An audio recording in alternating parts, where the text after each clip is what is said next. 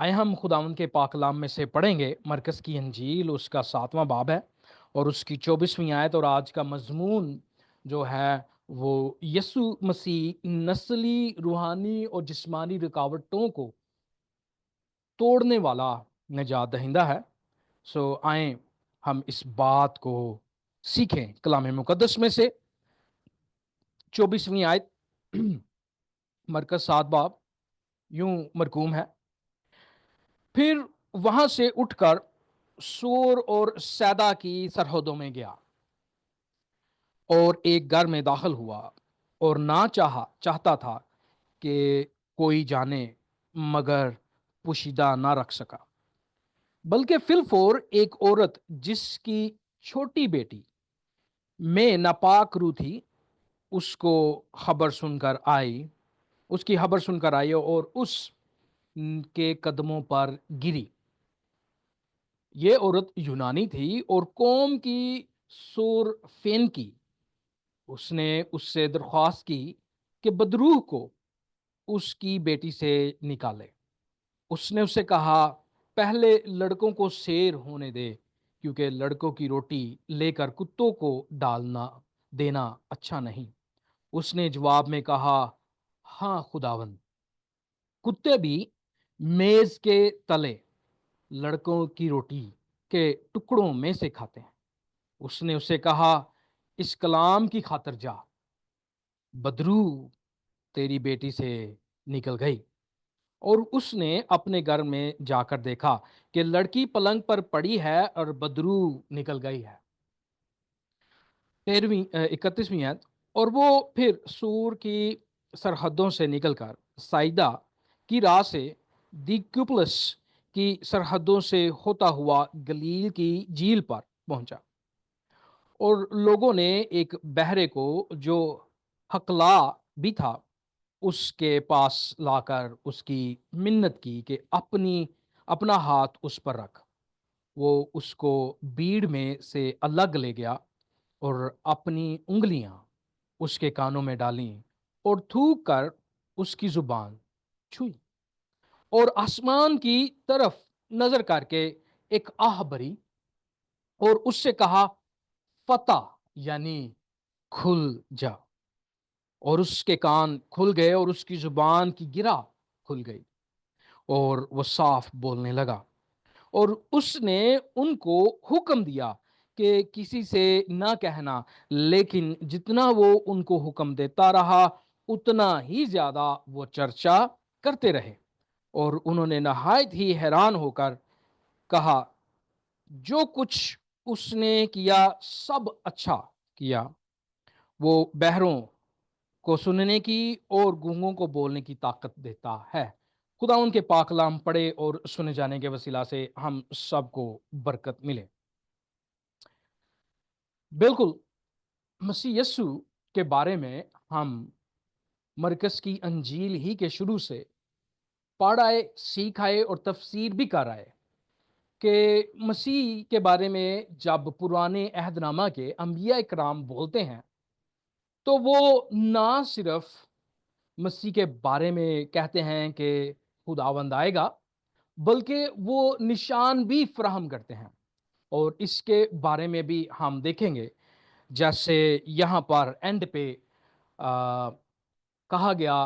کہ وہ سب کو اچھا کرتا ہے، سب کو اچھا کرتا ہے۔ اور اس زبان کو ہم جو ہے وہ دیکھیں گے کہ کیسے مسیح نسلی، روحانی اور جسمانی کمزوریوں کو، بیماریوں کو، رکاوٹوں کو توڑ دینے والا نجات دہندہ ثابت ہوتا ہے۔ اس لیے ہم آج اس کی قدرت اور اس کے فضل کو سیکھیں گے، لیکن اس کے ساتھ ساتھ ہمارا شاید زیادہ ٹائم جو ہے اس ایک اعتراض کی طرف بھی لگا رہے، جس کے بارے میں اکثر ہمیں بتایا جاتا ہے کہ یسوع مسیح نے خود فرمایا کہ میں بنی اسرائیل کی کھوئی ہوئی بیڑوں کو تلاش کرنے آیا ہوں اور اس کے سوا کسی کے پاس نہیں بھیجا گیا۔ تو یوں وہ جو اس بات کا اعتراض کرتے ہیں یا اس کے اوپر نشاندہی کرتے ہیں، وہ دراصل مسیح کی خدمت کو، کلام مقدس کو، نبیوں کی پیشن گوئیوں کو اور مسیح کے کلام کو، جو وہ متی کی انجیل 15ویں باب اور اس کی 24ویں آیت میں فرما رہے ہیں، نظر انداز کرنے کی کوشش کر رہا ہوتا ہے۔ اگر آپ اس حوالہ میں جو ہم نے مرکز کی انجیل کا حوالہ پڑھا ہے، آپ اس کو اگر 3 حصوں میں دیکھنا چاہیں تو اس کو بھی آپ دیکھ سکتے ہیں، آپ اس کو یاد کر سکتے ہیں، بعد میں آپ اس کے اوپر غور کر سکتے ہیں۔ وہ یوں ہے، پہلا حصہ آپ دیکھ سکتے ہیں کہ اپنی مایوسیوں کو ہمیں مسیح کے پاس لانا چاہیے، ہماری پریشانیاں جو ہیں وہ ہمیں مسیح کے پاس لانی چاہیے۔ پھر دوسرا حصہ کہ بحال کرنے کے لیے نجات دہندہ کی طاقت پر، اس کی قدرت پر بھروسہ رکھنا چاہیے۔ اور پھر تیسری بات، مسیح کے فضل کی خوشخبری کا اعلان کرنا چاہیے، جس طرح کہا گیا ہے کہ اس نے سب اچھا کر دیا۔ اور یہ آپ کو بڑی جلد میں ایک اس کی سادی سی تشریح دینا چاہتا ہوں۔ یہاں پر جب وہ کہتا ہے کہ سب اچھا کر دیا، تو دراصل یہ پیدائش کی کتاب، تخلیق کائنات کی طرف اشارہ ہے۔ ہر ایک دن جب خدا نے تخلیق کی تو اس نے یہ بھی فرمایا کہ اچھا ہے۔ اور مسیح یسوع کے بارے میں ہم مرکز کی انجیل اس کے پہلے باب میں اس بات کی تشریح کر آئے ہیں کہ جب ہم خدا باپ کی آواز آسمان سے سنتے ہیں بپتسمہ کے دوران، اور فرشتے کو روح القدس کو کبوتر کی مانند ہم اترتے دیکھتے ہیں مسیح کے اوپر، تو دراصل ہمیں دوبارہ پیدائش کی کتاب اس کا پہلا باب اور اس کی پہلی 3 آیات کی تصویر کشی یہاں پر نظر آتی ہے، جہاں پر ہم دیکھتے ہیں کہ جیسے خدا نے پہلے تخلیق کی، اب جب وہ تخلیق دوبارہ کر رہا ہے تو وہ پھر وہاں پر ہمیں خدا، اس کا روح اور اس کا کلام، اس کا کلمہ یعنی اس کا بیٹا یسوع مسیح ہمیں نظر آتا ہے، اور خدا فرماتا ہے کہ یہ میرا پیارا بیٹا ہے، اس سے میں خوش ہوں۔ جب وہ بیٹا آتا ہے جس نے پہلے اس کائنات کو تخلیق کیا تھا، جب وہ دوبارہ اس کو دوبارہ بحال کرنے آتا ہے، دوبارہ نئی تخلیق کرنے آتا ہے، تو یہی زبان اس کے لیے سجتی ہے، یہی زبان اس کے لیے جو ہے وہ درست ہے کہ وہ سب کچھ اچھا کرتا ہے۔ آئے ہم بات کریں گے سور اور سیدہ کے بارے میں۔ اس سے پہلے میں سور اور سیدہ کی بات کروں، آپ کو تھوڑا سا پیچھے لے جانا چاہتا ہوں، اور پچھلے ہفتے ہم نے جو باتیں کی اس کے بارے میں یاد دہانی کروانا چاہتا ہوں کہ ہم نے بات کی تھی کہ یسوع مسیح جو ہیں وہ مذہبی ہاتھ دھونے کی روایات کو رد کرتے ہیں، اور ہم نے سیکھا کہ وہ روایات جو تھی وہ انہوں نے کلام کے اوپر رکھ لی تھیں اور کلام کو وہ نظر انداز کر رہے تھے۔ مسیح یسوع نے جب ان کی روایات کو رد کیا تو رد کرنے کا مقصد جو تھا وہ کلام کی اختیار، کلام کی بالادستی جو تھی وہ مسیح یسوع ثابت کر رہے تھے۔ جبکہ اس بات کا ہم نے ذکر کیا کہ تالمود میں ایک الیزر نامی شخص کو اسی روایت کی وجہ سے سنسار کر دیا گیا تھا، اور یہ بھی تصور کیا جاتا تھا کہ اگر آپ روایت کے مطابق ہاتھ نہیں دھوئیں گے تو آپ کو ایک بدرو چمٹے گی اور بیماریاں آپ پر جاری کر دے گی۔ لیکن مسیح ان سب کے اوپر کلام مقدس کو بالادستی دیتے ہیں، اس کو فراہم کرتے ہیں کہ تم نے خدا کے کلام کو ترک کر دیا ہے اور انسانوں کی روایات پر عمل کرتے ہیں۔ اب جب مسیح یہ بات کرتے ہیں تو مرکز ہمیں بتاتا ہے کہ مسیح یسوع سور اور سیدہ کے علاقہ میں ہے۔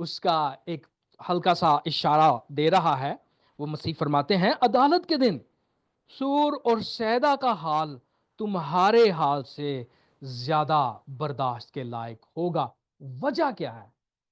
کہ مسیح ان میں سے آیا ہے، مسیح ان میں سے نکلا ہے. اس لیے ان کا حال جو ہے وہ زیادہ برا ہوگا بنسبت سور اور سیدا. یہ تھا رویہ مسیح کا اور ربیوں کا سور اور سیدا کے بارے میں. جب ہم متی کی انجیل اس کے 15ویں باب اور اس کی 24ویں آیت میں یہ بات دیکھتے ہیں، اور مرکز کی انجیل کو ہم پڑھ رہے ہیں جہاں پر وہ عورت آتی ہے اور مسیح یسوع اسے روکتے ہیں، تو مرکز اس بات کا ذکر نہیں کرتا کہ مسیح فرماتے ہیں کہ میں اسرائیل کی کھوئی ہوئی بیڑوں کے سوا اور کسی کے پاس نہیں بھیجا گیا، لیکن متی کرتے ہیں. تو اس لیے کیونکہ حوالہ ایک ہے، اس کا پیرالل ہے، اور ہم سمجھتے ہیں کہ مرکز اور متی، لوکا اور یوحنا سب ایک ہیں، اور اس لیے ان کا پیغام، ان کا متن، اس کا میسج ایک ہے، لیکن وہ بتاتے فرق طریقے سے ہیں. اپنی ان کی جو کیا اسے کہتے ہیں پیورٹی ہوتی ہے اس کو وہ آگے رکھتے ہیں. تو یہاں پر وہ صرف اور صرف اس عورت کا خد و خال بتاتا ہے، کیونکہ اوپر وہ پاکیزگی اور ناپاکی کے بارے میں بات کر رہا ہے، اور وہ ہمیں صرف یہاں پر یہ بتانے کی کوشش کر رہا ہے کہ یہ یونانی عورت ہے، یہ یہودیوں کے نزدیک ناپاک تھی. لیکن متی رسول ہمیں مزید بتاتے ہیں کہ وہ کیوں مسیح وہاں پر موجود ہیں اور کس لیے ہیں، اور کیسے یہ کنٹروورشل بات بن جاتی ہے. تو وہ متی رسول اس بات کو ظاہر کرتا ہے. متی رسول کہ اگر آپ انجیل پڑھیں تو آپ کو ایک بات واضح یاد آ جائے گی یا سمجھ آ جائے گی، یا آپ کے سامنے ابھر کر اس کے صفحات میں سے نکل کر آپ کے سامنے آئے گی، اور وہ یہ ہے کہ جب متی رسول اپنی انجیل کو قلم بند کرتا ہے تو اس کا مقصد ہے کہ مسیح یسوع کو خداوند ثابت کرے، دنیا کا نجات دہندہ ثابت کرے، ابن داؤد اور ابن ابراہیم ثابت کرے، اور یہ بتائے کہ خدا ہمارے ساتھ ہے. یہ اس کا مقصد ہے اپنی انجیل کو ثابت کرنے کا. اور یہ کیسے کرتا ہے؟ وہ تمام تر پرانے عہد ناموں کے حوالہ جات کو پیش کرتا ہے دلیل کے طور پر کہ دیکھے مسیح نے یہ کیا اس لیے یہ ہوا، نبی نے یہ فرمایا تھا اس لیے یہ ہوا. جب بھی آپ متی کی انجیل پڑھیں تو برائے کرم اس کو غور سے پڑھیں. یہاں پر میں تمام آیات اور سیاق و سباق کو پیش نہیں کروں گا جب ہم اس بات کی تفسیر کرنے جا رہے ہیں کہ کیا مسیح یسوع اسرائیل کی کھوئی ہوئی بیڑوں کے سوا کسی اور کے پاس نہیں بھیجا گیا. تو دراصل یہ بات کیا تھی، اس کو کھولنے کے لیے ہم پہلے متی کی انجیل کی جو ہے اس آیت سے پہلے کے حالات اور مسیح کے قول دیکھیں گے کہ کیا مسیح نے کبھی اس بات کا انکار کیا کہ وہ غیر قوموں کے لیے نہیں آیا، یا مسیح نے اگر کیا تو وہ کیسے کیا. تو اس کا ذکر ہم دیکھیں گے، اور پھر اس آیت کے بعد مسیح کیا کیا باتیں کرتے ہیں غیر قوموں کے بارے میں، اس کے بارے میں بات کریں گے. آئیں ہم متی کی انجیل اس کے 10ویں باب اور اس کی 17 اور 18 آیت کو اگر ہم دیکھتے ہیں تو وہاں پر مسیح یسوع اپنے شاگردوں کو فرماتے ہیں کہ غیر قوموں کے درمیان جب تم گواہی دو گے تو ان کے بادشاہ تم کو جو ہیں وہ پکڑیں گے اور تم کو ماریں گے اور میرے نام سے تمہیں ایذا دیں گے. اگر آپ متی کی انجیل اس کے 12ویں باب اور اس کی 17 سے 21 آیات کا مطالعہ کریں تو وہاں پر پھر جو ہے یہ سایہ نبی کی معرفت یہ حوالہ کوٹ کیا جاتا ہے اور فرمایا جاتا ہے کہ دیکھو یہ میرا خادم ہے جسے میں نے چنا، میرا پیارا جس سے میرا دل خوش ہے، میں اپنا روح اس میں ڈالوں گا، یہ غیر قوموں کو انصاف کی خبر دے گا. یہ 15ویں باب سے پہلے آپ کو میں نے 2 حوالہ جات پیش کیے. اب 15ویں باب کے بعد 24واں باب جب آتا ہے تو اس میں مسیح یسوع بڑے واضح طور پر 24:14 میں واضح طور پر فرماتے ہیں، اور بادشاہی کی اس خوشخبری کی منادی تمام دنیا میں ہوگی تاکہ سب قوموں کے لیے گواہی ہو، تب خاتمہ ہوگا۔ پھر مسیح متی 25واں باب ہے، اس کی 31 سے 36 آیات میں پھر وہ بات کرتے ہیں اپنے آنے کے بارے میں، دوبارہ اس دنیا کی عدالت کرنے کے بارے میں، اور وہ کس کس کی عدالت کریں گے اس کا ذکر مسیح کرتے ہیں۔ جب ابن آدم، اس کے بارے میں ہم بار بار بتائے ہیں کہ دانیل 7 باب میں سے یہ ٹائٹل مسیح کا پسندیدہ ٹائٹل ہے، اور جب مسیح کہتے ہیں کہ جب ابن آدم اپنے جلال میں آئے گا اور سب فرشتے اس کے ساتھ آئیں گے، تب وہ اپنے جلال کے تخت پر بیٹھے گا اور سب قومیں اس کے سامنے جمع کی جائیں گی۔ اور سب سے مشہور ترین حوالہ متی کی انجیل، اس کا آخری باب اور اس کی ہم 19 اور 20 آیات کو جب پڑھ دیکھتے ہیں تو وہاں پر مسیح کہتے ہیں پس تم جا کر سب قوموں کو شاگرد بناؤ۔ تو یہاں سے ثابت ہوتا ہے کہ یہ بات مسیح کی سب قوموں کے لیے ہے، مسیح کا آنا سب قوموں کے لیے ہے۔ اس کی وجہ کیا ہے؟ اس کی وجہ آپ کو متی کی انجیل اس کے پہلے باب کی پہلی آیت میں ملتا ہے کہ یسوع مسیح کا نسب نامہ جو ابن داؤد ہے اور جو ابن ابراہیم ہے۔ اگر آپ پیدائش کی کتاب اس کے تیسرے باب کو 12ویں باب کی تیسری آیت دیکھیں تو وہاں آپ کو نظر آئے گا کہ خدا وعدہ کرتا ہے ابراہیم سے کہ اس کے وسیلہ سے تمام قومیں برکت پائیں گی، اور کسی اور کو ابن ابراہیم کا لقب نہیں دیا گیا سوائے مسیح یسوع کو۔ آپ دیکھ سکتے ہیں کہ مسیح یسوع نہ صرف وہ اس کی تعلیم دیتے ہیں کہ غیر قوم کے بادشاہ تمہیں گواہی دینے پر مارے پیٹیں گے، بلکہ وہ یہ بھی گواہی دیتے ہیں کہ یسائی نبی کے وسیلہ سے یہ انصاف کی خبر غیر قوموں تک پہنچے گی۔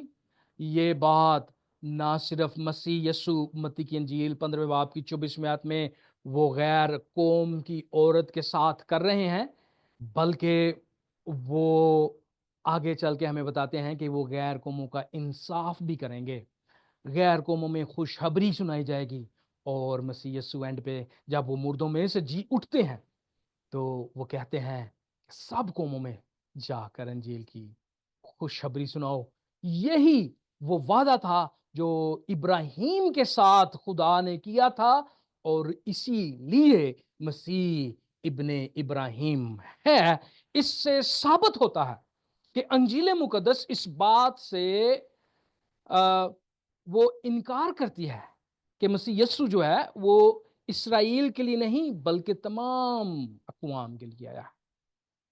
اب مسیح یسوع جو ہیں وہ یہاں پر کیوں کہتے ہیں کہ بنی اسرائیل کی کھوئی ہوئی بھیڑوں کے؟ اگر آپ حزقیل کی کتاب اس کے 37ویں باب میں پڑھیں تو وہاں آپ کو واضح طور پر اس بات کا ذکر ملتا ہے کہ خدا بنی اسرائیل کے ساتھ ناراض ہوتا ہے، کیونکہ انہوں نے اس وعدے کو جو خدا نے ان کے وسیلہ سے قوموں تک کرنے کا فیصلہ کیا تھا، برکت لے جانے کا فیصلہ کیا تھا، انہوں نے اس کو اپنے تک رکھا۔ انہوں نے جو تازہ موٹی اور چربی والی بیڑیں تھیں ان کو کھا لیا اور اس کے غلہ کو برباد کیا، اور اس لیے خدا، اگر آپ 34واں باب پڑھیں حزقیل کا تو اینڈ پہ وہ فرماتا ہے کہ میں خود آؤں گا، اور اس لیے مرکز کی انجیل اس کے پہلے باب کی 3 آیت میں وہ ذکر فرماتا ہے کہ یسایہ نبی کے مطابق یوحنا استباغی یعنی یا راہ تیار کر رہا ہے کس کا؟ خداوند کا، یہوہ کا، کیونکہ اس نے فرمایا ہے کہ وہ آئے گا اور وہ نجات دے گا قوموں کے لیے۔ یہ باتیں جو ہیں وہ نہایت اہم ہیں تاکہ ہم اس بات کو سمجھ سکیں، اور اس کا نتیجہ، اس کا ایک کلی طور پر جو ہے وہ حضرت پولس رسول بڑے واضح طور پر اس کو رومیو کے خط میں اس کے پہلے باب کی 16 اور 17 آیت میں واضح طور پر فرماتے ہیں، کیونکہ میں انجیل سے شرماتا نہیں، اس لیے کہ ہر ایک ایمان لانے والے کے واسطے پہلے یہودی پھر یونانی کے واسطے نجات کے لیے خدا کی قدرت ہے۔ سو کیا یہاں پر مقصد ہے کہ نجات کا پیغام پہلے یہودیوں کے لیے کیوں اور پھر غیر قوموں کے لیے کیوں؟ اس کی جو وضاحت یوں ہے کہ غیر قوموں میں سے کوئی بھی نبی برپا نہیں ہوا جس نے توریت میں کوئی کتاب لکھی ہو، یا پرانے عہد نامے میں اس کی کتاب ہمارے پاس موجود ہو، یا اس نے اس بات کا ذکر کیا ہو کہ یہوہ خدا نے میرے ساتھ کلام کیا ہے۔ سو ہمارے پاس توریت سے لے کر انجیل مقدس تک صرف ایک ہی خدا کا الہام ہے، اور وہ یہوہ خدا ہے، اور وہی آتا ہے اور وہی ہمیں بچاتا ہے۔ اور وہ کس نسل، کس قوم میں سے آتا ہے؟ وہ بنی اسرائیل میں سے آتا ہے، اور اس میں سے آتا ہے، اور اس لیے کیونکہ اس نے بنی اسرائیل کو چن لیا تھا تاکہ وہ اقوام کے لیے روشنی ہو، اور وہ روشنی وہ گناہ میں گری، تاریکی میں رہی۔ اس لیے مسیح جب آتا ہے تو وہ کہتا ہے کہ حقیقی نور میں ہوں، دنیا کا نور میں ہوں، زندگی کا نور میں ہوں، اور جو لوگ اس نور میں چلیں گے ہمیشہ ہمیشہ وہ تاریکی میں نہیں رہیں گے۔ سو اس بات کو سمجھنا نہایت ضروری ہے۔ میں اکثر یہ بات کہتا ہوں کہ متن بغیر سیاق و سباق کے دھوکہ ہے۔ اگر کوئی بندہ آپ کے ساتھ دھوکہ دہی کرے تو اس کو آپ متن کا سیاق و سباق ضرور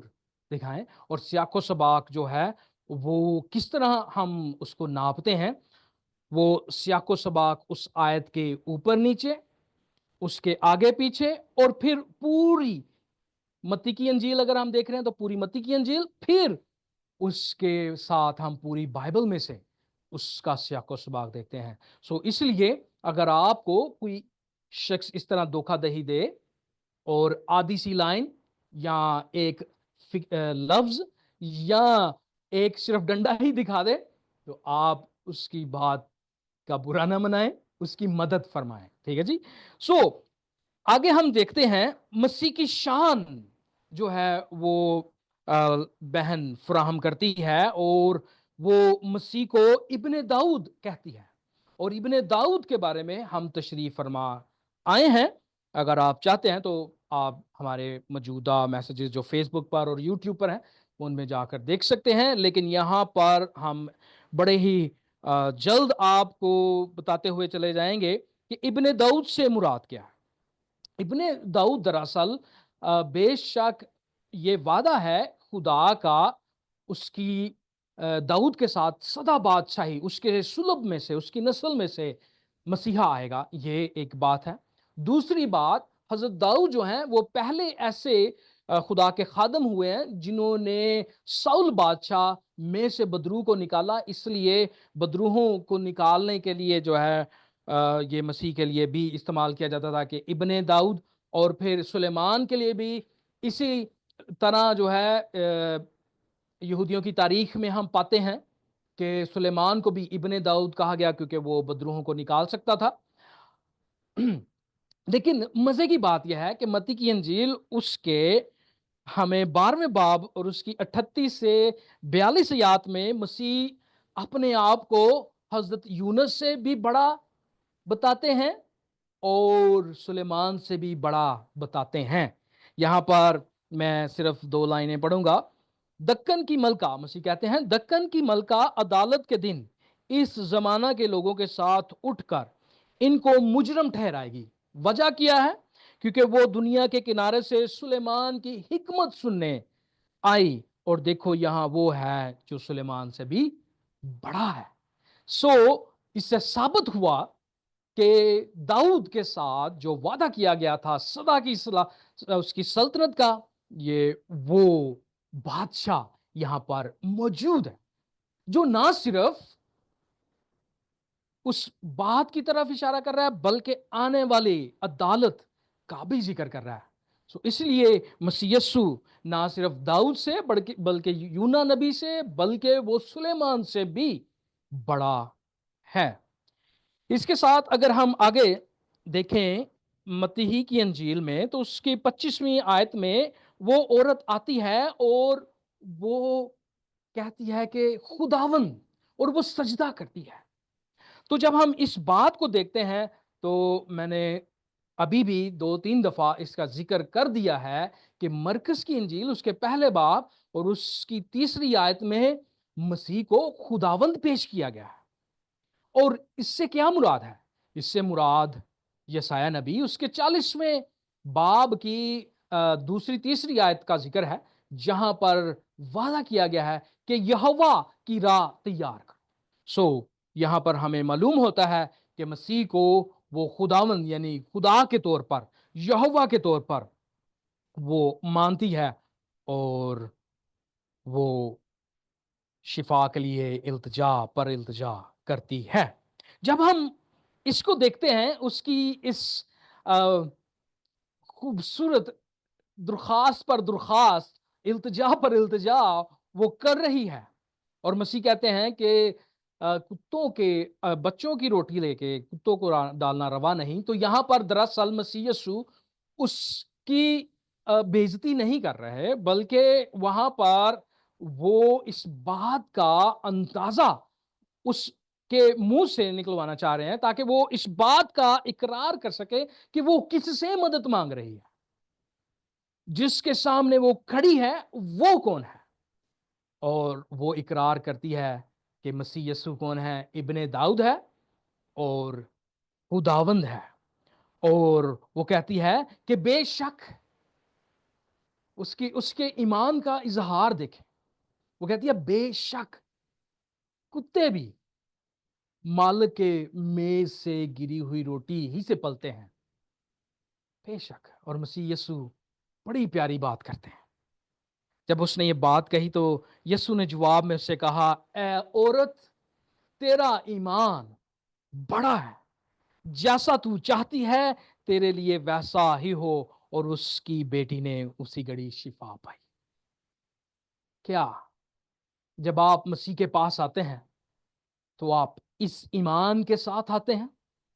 کیا جب آپ مسیح کے پاس آتے ہیں تو آپ اس جستجو کے ساتھ آتے ہیں؟ کیا جب آپ مسیح کے پاس آتے ہیں تو کیا آپ اسے ابن داؤد اور خداوند بھی جانتے ہیں، یا صرف آپ اپنی ضروریات کو جو ہے وہ نظر رکھتے ہیں اور اس کو پیش کرتے ہیں؟ یہاں پر بڑی ہی خوبصورت بات ہمیں نظر آتی ہے، وہ افسیوں کے خط اس کے 2 باب میں آپ کو نظر آئے گی، سلائیڈ کے اوپر بھی، 11ویں آیت سے 22ویں آیت تک۔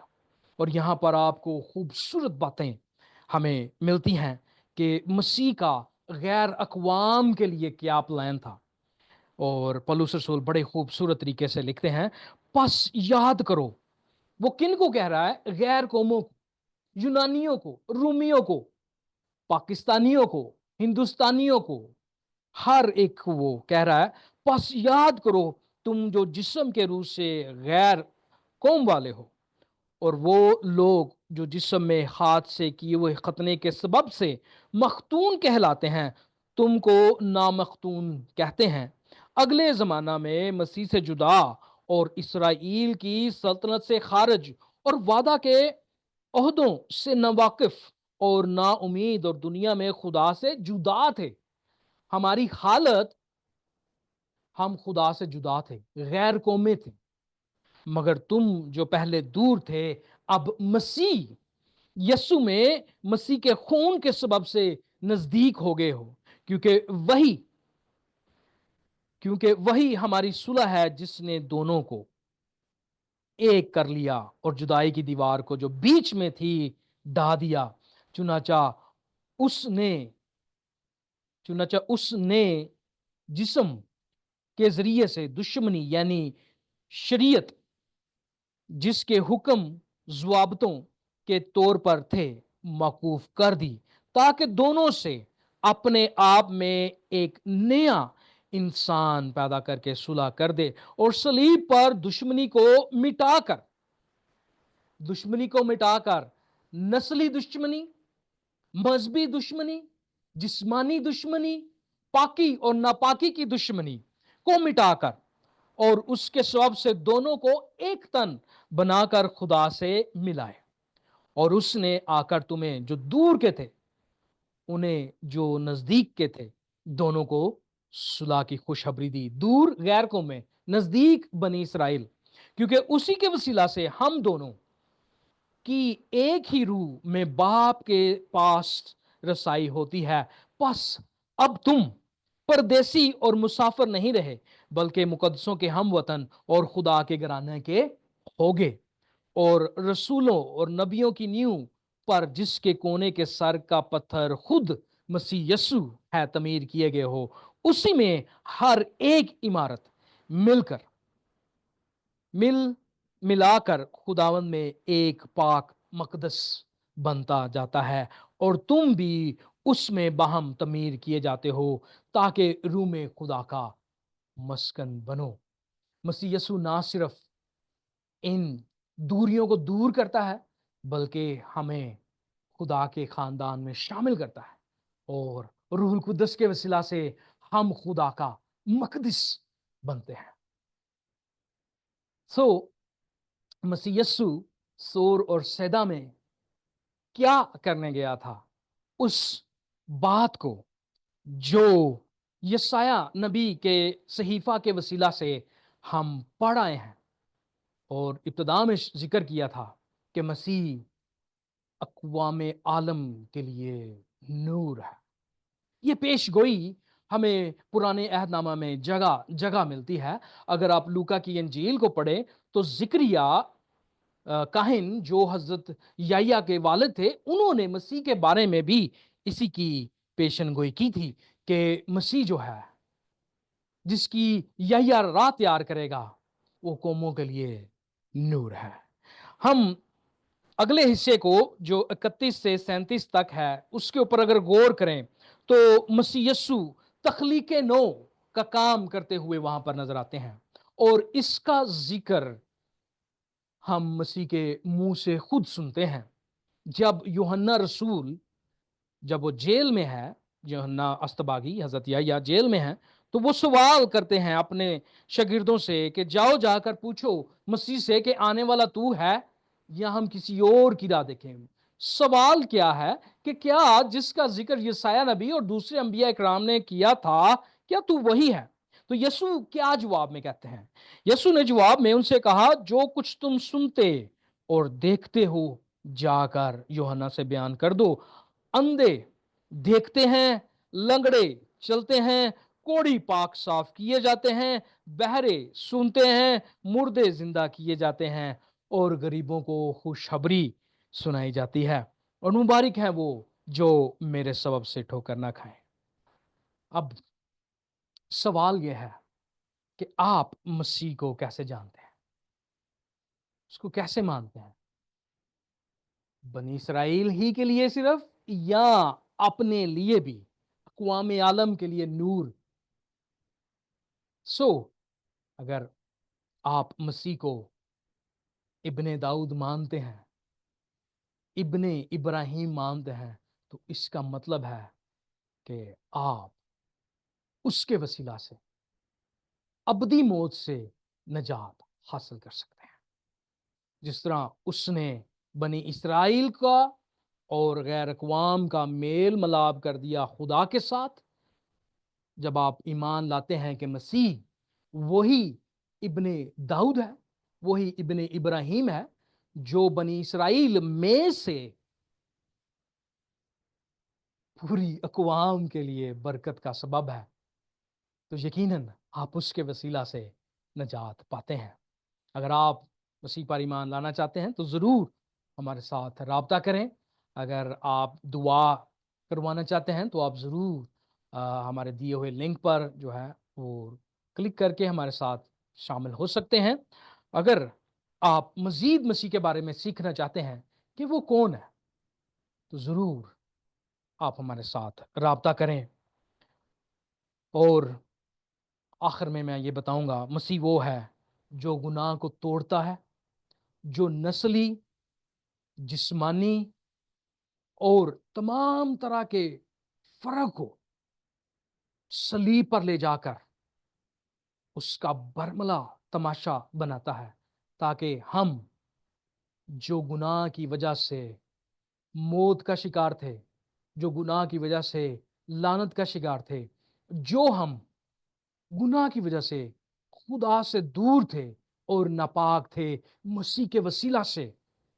خدا کے پاس آ سکیں. خدا کے پاس ہم اس کے خون کے وسیلہ سے پاک ہو کر آ سکیں، تاکہ ہم خدا کے ساتھ ہو سکیں.